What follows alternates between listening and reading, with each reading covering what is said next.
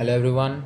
So I'm back with my and here today I'm going to do isolation of industrially important microorganisms from natural resources, and here we are going to know about the isolation of amylase producing bacteria from soil. The natural resource out here would be soil, and the bacteria or the microorganisms which we are going to isolate is amylase producing bacteria. Okay, so that is the aim of us. That is our aim, to collect and isolate. To isolate and collect the amylase producing bacteria from natural source. Well, first of all, let us know the principle. Well, what is amylase? Well, amylase is an enzyme which, well, see the name amylase. So what would it degrade? Amylose, right? And we know that starch is made up of amylose and amylopectin, so it degrades starch too. And now the thing is, where can we find starch? Well, where can we find the MLS producing bacteria? Well, the thing is that we know that plants produce starch, right? So when the plants die, after that we see that their body or their stem or their leaves sort of get degraded, right? They fall to the soil and get degraded after the death of the plant. So we know that, so from that we can make an assumption that the soil must contain amylase producing bacteria, else how are those starch in the leaves getting degraded, right? And some bacteria must have evolved to produce to utilize those starch. So amylase producing, but we get an assumption that we can find amylase producing bacteria from soil. Now the thing is, and later on we know that we get them from soil, but the thing is how to isolate them, because other bacteria are present there too. Well, we can do a technique, that is we can culture those all the bacteria present in the soil. We can dilute the soil, right? We can dilute the soil and culture the bacteria in the soil, the different types of bacteria in the soil in petri dish. um, and one thing, we have to use such a dilution that the different CFUs, the different colony forming units, are separated, so that separate colonies are formed. So that the colonies do not overlap each other, or so that the different CFUs are far from each other, so that far enough so that you can see the colonies forming from them. So such a dilution is required. So at first we have to dilute it, and then um, we can do what, to isolate those amylase producing bacteria. We can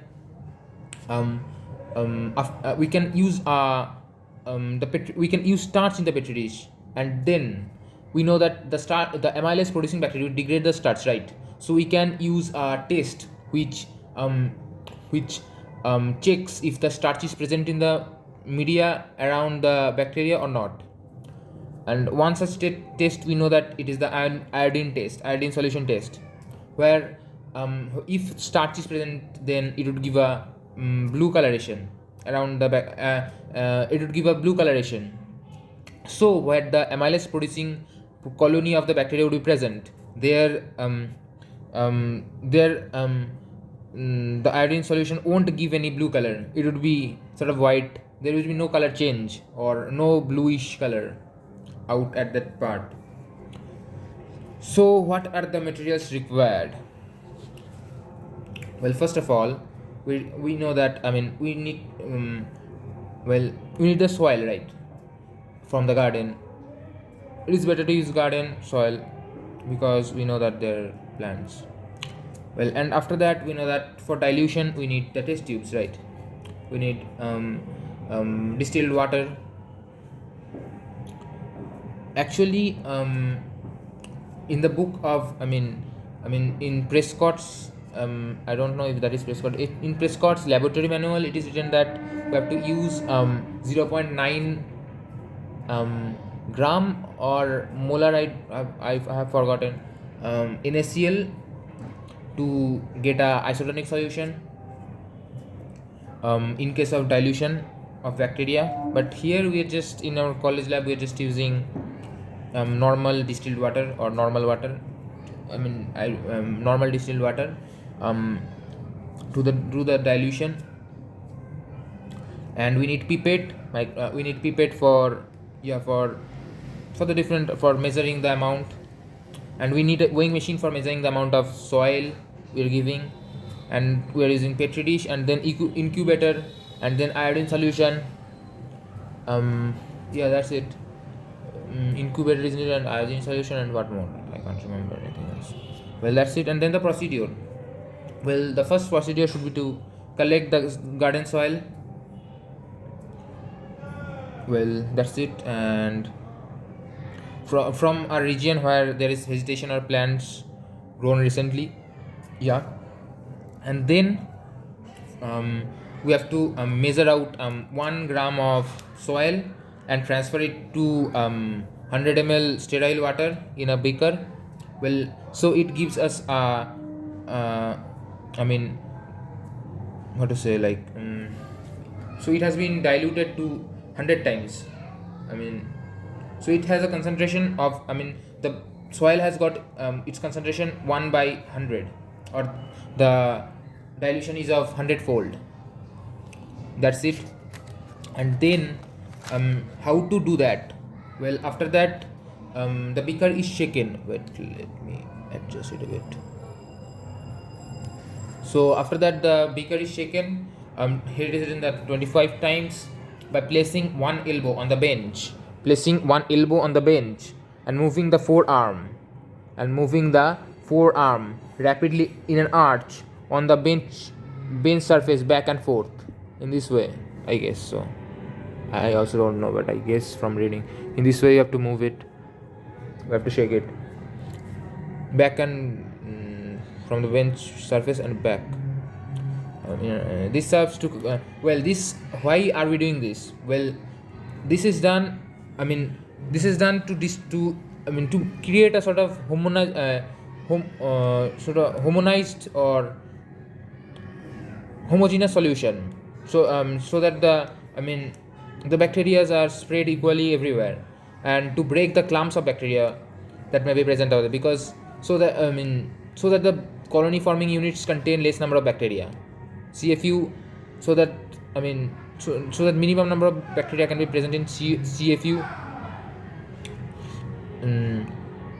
so that we can see individual bacterial colonies of from one or less number of bacteria, so that the colony forming unit, that particular thing, the colony forming units, each bacteria colony forming units are from less number of or minimum number of bacteria, so that they leave their clump.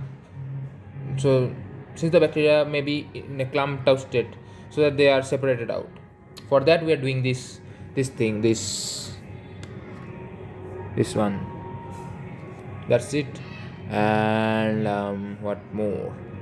After this, we are taking 1 ml from this and adding it to 9 ml water in a test tube, so that the dilution gets 1,000 folds, or 10 to the power minus 3 concentration. And we here it is written that the test tube has to be shaken vigorously 25 times, and then we didn't do it in lab, that's it. And then to transfer 1 ml of this from this test tube, I know that we have to shake it a little bit, because to create a homogenized solution, and then transfer it to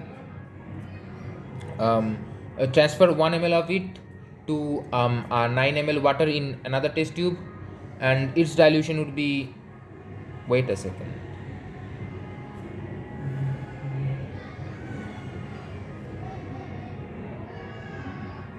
yeah, so we have to transfer it,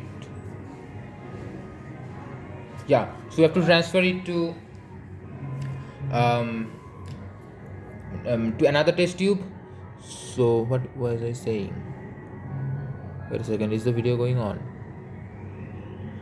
Wait a minute. Oh yes, yes, yes. Oh, where was I? Oh, the third test tube represent. Oh, yes, and so we have to transfer this. So at present we are having a test tube which contains um, a thousand-fold dilution, thousand-fold diluted concentration of that soil. And here the next we have to use a third test tube. I mean, which contains 9 ml of water, 9 ml of water, and add 1 ml of the water from that previous test tube, and repeat this till 10 to the power minus 10 dilution is achieved. Well, after that, what we are going to do is we are going to take 0.1 ml of 10 to the power minus 8, 10 to the power minus 9, and 10 to the power minus 10 diluted solutions, because we don't know at what dilution we are going to get it, right? The proper separated CFUs. And we are going to add it to a solid media containing starch prepared on different petri dish. That is 1.3 gram of nutrient broth, which contains 1.3 gram of nutrient broth plus. I mean, at first we have to prepare it like this. Then it depends on how much we are going to pour it in the petri dish. But how we have to prepare is we have to take 100 ml of water and 1.3 gram NB nutrient broth and 2% agar and 2% starch. And I don't know if it can be autoclaved or not, because I don't know if starch gets degraded or not. I'm not sure about this in temperature. So after that we have to leave it for 37 degrees Celsius. I mean, for incubation at 37 degrees Celsius. And on the next day we are going to we are going to take that petri dish out after 24 hours and add iodine solution. And where the in those bacterial colony where there will be no blue coloration, we are going to aseptically transfer those bacteria to another petri dish. We can use a loop, inoculum loop, inoculating loop or something like that to transfer.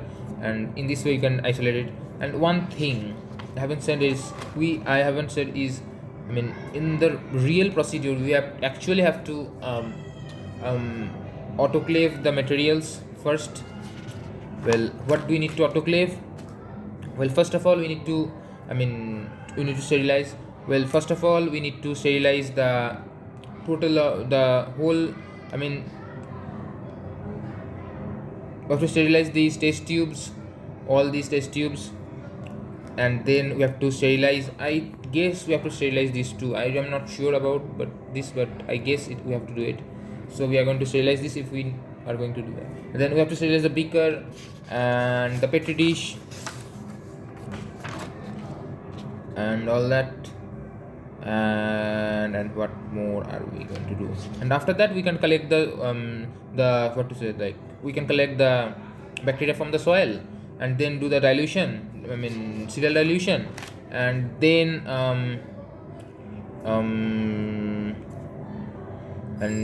oh yes, and then take 0.1 ml from that, from each of those 10 to the power 8, 9, and 10 to the power minus 10. Sorry, 10 to the power minus 8, minus 9, and minus 10, and incubate it. And transfer them to petri dish containing this with starch, and then transfer it to what is it called? And transfer it to an incubator and check it out on the next day by using iodine solution. That's it. And remember this, that while transferring the bacteria from 10 to the power minus 8, we are going to transfer 0.1 ml of it. And while transferring the bacteria to the petri dishes, we are going to use 0.1 ml. That is something to be remembered. And that's it, I guess. Oh, and the observation and the inference. Well, what are we going to observe? And one thing I don't know, if we have to prepare the iodine solution, I guess it would already be it would be a ready-made product or something. But else, how we have to prepare that iodine solution, I don't know. Well, and after that, on adding, yes, on adding the iodine solution, if we, that part of the bacterial colony, or that part of the petri dish which those bacterial colony around which there will be no blue coloration, we are going to collect, we are going to know that those are those amylase producing bacteria, and we are going to collect them, and we have to write that only. We're going to just see that, and that's it. And then inference. Well, the inference is this only, that we know that if the iodine solution gives blue coloration, that then that means that is not the amylase producing bacteria. But if it does not give the blue coloration around certain bacterial colonies, then we know that those particular bacterial colonies are amylase producing producing bacteria, or bacterial colonies, amylase producing bacterial colonies, and we would like to isolate them using inoculating loop or something like that, and that's it. So let's tell the steps again. Okay. Well, first of all, what do we need to do? We need to do the sterilization using autoclave. Sterilization of test tubes for serial dilution, and the media. I'm not sure about this one. The media of we're going to media in the petri dish. For plating, and what more? And the beaker, and I can't remember anything more for autoclaving. And that's it. And then after this, and maybe water, distilled water, yes, and autoclaving some water to create it, to make it, to sterilize it. And what more? I can't remember anything more of this to be used for sterilization. And after that, what we are going to do? We are going to do the collection of the soil, and then the serial dilution of it, and then adding it to the petri dish, 0.1 ml, and from 10 to the power minus 8, 10 to the power minus 9, and 10 to the power minus 10. And after that, what do we need to do? Well, and we need to incubate that for 1 day or 24 hours, and after that, on the next day, we are going to add 1% iodine solution. And the thing is, I don't know how to make iodine solution. It would be great if it's made. Well, that's it. Since I don't know, and we're going to write the observation that this does not have this bacterial colony. This bacterial colony, around this particular bacterial colony, there is no blue coloration. That means this is the particular bacteria that we want. This is the isolation. This is the amylase producing bacteria. And after that, we are going to give that same thing as inference. And oh yes, since this particular bacterial colony isn't giving any, we're just going to use passive tense or something like that. Since this particular bacterial colony hasn't produced any blue coloration,